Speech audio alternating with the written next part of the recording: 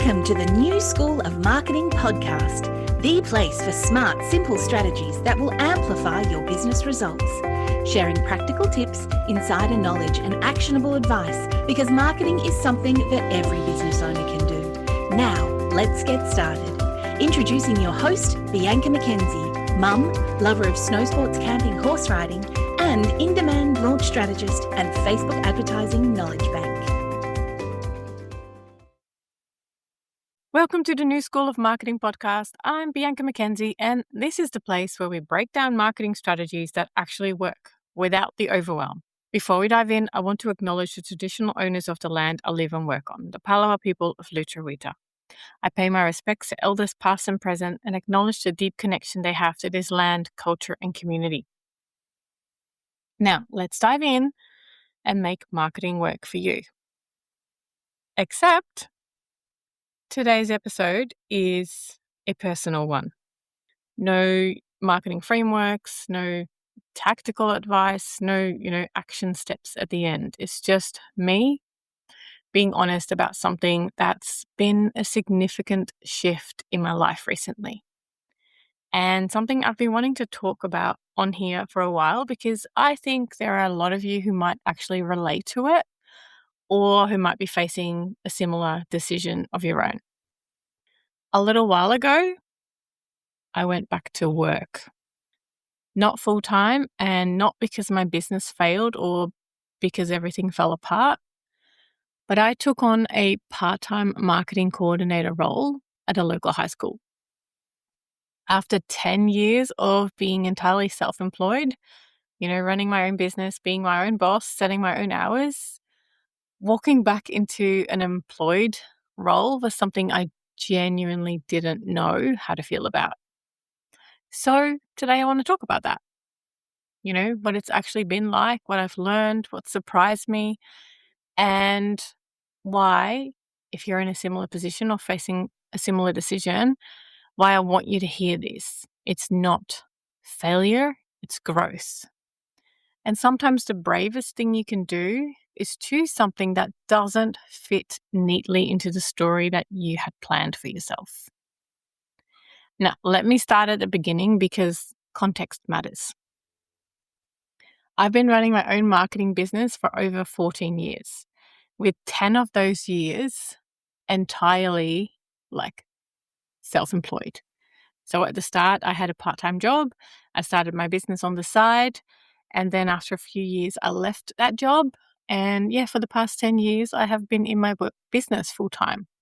The New School of Marketing, this podcast, working with clients, running courses and memberships, doing meta ads for clients, all of it is built around school hours, around my family, and since we've moved here, around my life here on the northwest coast of Tasmania. And I love it. I do. And I'm really proud of what I've built, really, really proud. 10 years of full-time self-employment is not nothing. Building something from scratch, sustaining it, growing it, pivoting it when needed, that takes a particular kind of grit, and I definitely don't take that for granted. But the opportunity came up to take on this part-time role at the high school, and something in me said yes before my brain had even caught up. And my brain, when it did catch up, I had a lot of questions, What does this mean for my business? What will people think? Does this mean I'm stepping back? Does this mean I've somehow failed at the, self-employment dream? Am I supposed to want this? And I sat with those questions for a while. And you know what? The answers that came back, they were much simpler than I actually expected. It means that my business continues, but in a different form. And we all know this. What people think is less important than what feels right for me right now. I don't see it as stepping back. I'm seeing it as stepping into something new. And, whether I'm air quotes supposed to want it, that is completely irrelevant. I do want it. And that's enough. Whether it's, supposed to or not, I want it. And I want to be honest about what I assumed going back to work would feel like, because the reality has actually been quite different. I actually assumed that I would feel constrained. I was really nervous about this. I'm someone who's been in control of my own schedule for a decade. I set my own hours, I choose my clients, I work in the order that I decide. And I kind of assumed that walking into a structure that someone else had created, that I would feel suffocated. And I don't. And I think the reason is that I chose this structure. I walked into it voluntarily, like with clear eyes, knowing what I was signing up for. And I was not going to do it if it did not work for my life. And there's a difference between a structure that's imposed and a structure that is chosen. Like one of them feels like a cage and the other one actually feels like relief. I also assumed that I would feel like I was going backwards, like I'd somehow regressed, from business owner to employee, from, independence to accountability to someone else. But here's the thing, I don't actually feel like I'm going backwards at all. I feel like I've added a dimension, like I've expanded rather than contracted. Like the business is still there. The membership, the mentoring, the podcast, all of it continues. I've just added a new layer to what I do. And that layer is teaching me things that I really didn't expect. And can I tell you what surprised me the most? The colleagues. 10 years of working for yourself is wonderful in so many ways, but it's also, and this is something I didn't fully acknowledge until I didn't have it, it's also quite lonely sometimes.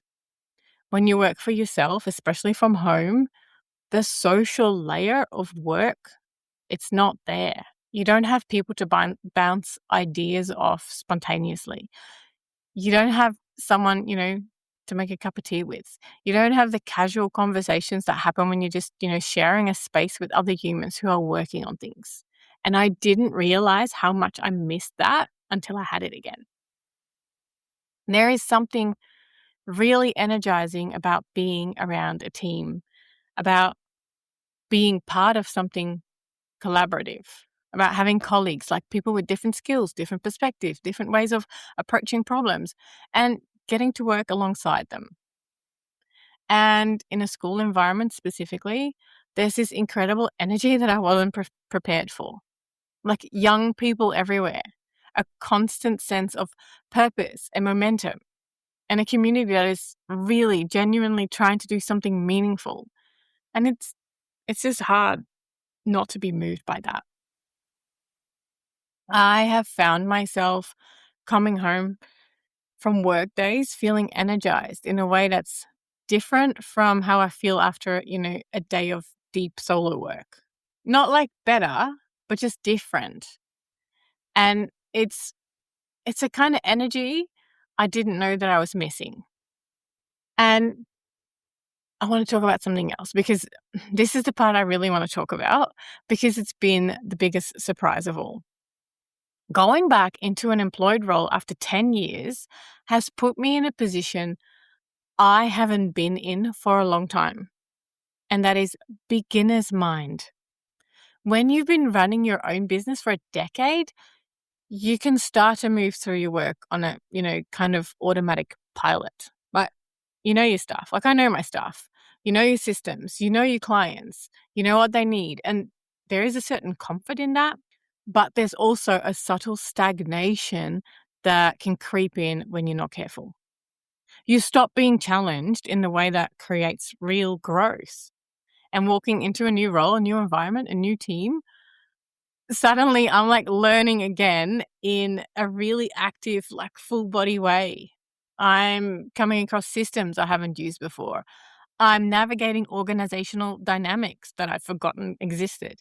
I'm applying my marketing expertise in a context that's completely different from running an online business. And that contrast is showing me things about my own knowledge that I really couldn't see from inside my own world. It's how you can't read the label from inside the jar. Yeah, like that. It's like, when you teach something to someone else, you often understand it more deeply yourself.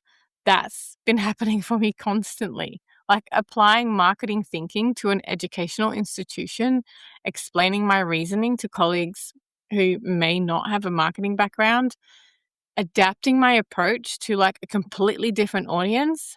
It's making me a better marketer. Not in spite of the context being different, but because of it. I've also been reminded of something really important about professional environments. There is so much you can learn from the way other people work, their habits, their approaches, their ways of solving problems. Like when you're self-employed, your only reference point is yourself. And while that has value, it also has limits. So being around other professionals again has been, in a way, quietly and consistently expanding how I think. Now, I want to address something because some of you might be wondering, what's happening with your business? My business hasn't disappeared. It's changed shape, and I actually think it's changed for the better. I've always believed in building a business that works around your life and not the other way around. A business that has boundaries, that is sustainable, that doesn't require you to hustle yourself into the ground, to keep it alive. And if I'm honest, the version of my business I've been building these past few years has been moving towards that, the membership, the group programs, the more leveraged ways of helping people rather than doing everything one-to-one. So taking on this part-time role has actually kind of accelerated that because my business now needs to work without me being in it every moment, which means the systems I'd been meaning to build are now non-negotiable. The content batching, the email automations, the membership content, all of it needs to be properly systemized. And that's made my business more resilient and more sustainable than it was before. So the membership continues, the mentoring continues, the podcast clearly continues. Still, I work with clients, I'm still creating content, I'm still absolutely committed to helping business owners with their marketing. I've just found a way to do that alongside something that's bringing a different kind of fulfillment into my professional life. And I think that's allowed, actually. I think we're allowed to want more than one thing, to be good at more than one thing, to build a professional life that has multiple dimensions rather than a singular focus. So what does that mean for me as a person? And this is something that I want to share with you because I think this is something that took me the longest to admit to myself. And that is that I needed this. Not because my business was failing, not because I was in some sort of crisis, but because I had quietly and slowly started to kind of shrink a little. I was comfortable. I was in my zone. And comfort, when it goes on long enough without a challenge, it starts to feel a little flat. And that's where I was at. I needed to be in a room where I didn't know everything. I needed to be the new person again. I needed to navigate unfamiliar territory, to make mistakes in a new context, to figure things out as I went, in a way that I hadn't needed to in a long time. And I needed community, like a real physical daily community, the kind that comes from sharing a space with people who are working towards something together. And there's something about stepping into something new, especially something that scares you a little. Just something about that reawakens parts of yourself that have been quietly like just sitting there dormant. I feel more curious than I have in a while. I feel more energized and I feel more connected. I feel like myself, but in a slightly expanded version, if that makes sense. Like I've taken up a little more space than I was before. So if you're listening to this and you're in a similar position, if you're self-employed and considering going back to work in some capacity, or if you're employed and wondering whether to start a business, or if you're at any kind of, crossroads between two versions of your professional life, I want to say something to you. The story we tell about what success looks like in business is very narrow. It goes in one direction. Start small, build big, scale up, achieve financial freedom, and never answer to anyone again. And if you deviate from that story, if you take a step that doesn't fit neatly into that trajectory, it can feel like failure, like you're admitting defeat, like you couldn't hack it. But that story is just one story, and it's not even a particularly interesting one.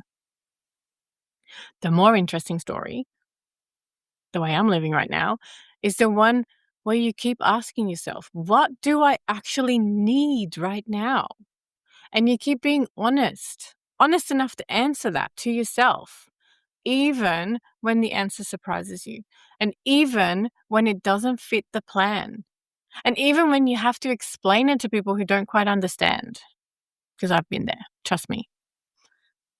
Going back to work after 10 years of self-employment, it's not failure, it's a choice. It's just another chapter. It's growth in a direction that I didn't plan for, but I'm so, so grateful for. I do believe in things working out for reasons, things happening for a reason. And this is my choice. This is another chapter for me. Who knows what I'll be doing in 10 years? I don't know, but this is where I want to be right now. And wherever you are in your journey, like whether you're building something from scratch, whether you're pivoting something that exists, whether you're stepping into something new or maybe stepping back from something that no longer fits, I want you to know that none of those things are failure. They're just different versions of you figuring out what you need and being brave enough to pursue it. That's not weakness. That is wisdom. Now, before I wrap up, I want to be really transparent with you about what this means for the podcast and for the work I do here. This podcast continues. The membership continues. My commitment to helping business owners with their marketing is as strong as it's ever been. Honestly, stronger because I'm bringing, a fresh perspective and learning new things. So adding new things into everything I create. The episodes might not come out as frequently as I'd like, while I'm settling in and juggling all the things. And I really appreciate your patience with it. But the content I do create is going to be better for this experience. I'm more connected to the real world, the real world of work and the real world of business than I've been in a while. And that can only be good for what I bring you here. I'm also continuing to take on a small number of mentoring clients and, of course, doing what I do best through the membership. And if you're not already in the membership, it's still the best way to work with me regularly. And I'd love to have you in there. So there you have it, the honest version of what's been happening in my world and why I think it's actually one of the best decisions I've made, even though I had my reservations at the start. So if you're at a crossroads of your own, I hope this helps even a little, not because my situation is the same as yours, but maybe because it gives you permission to make the unconventional choice.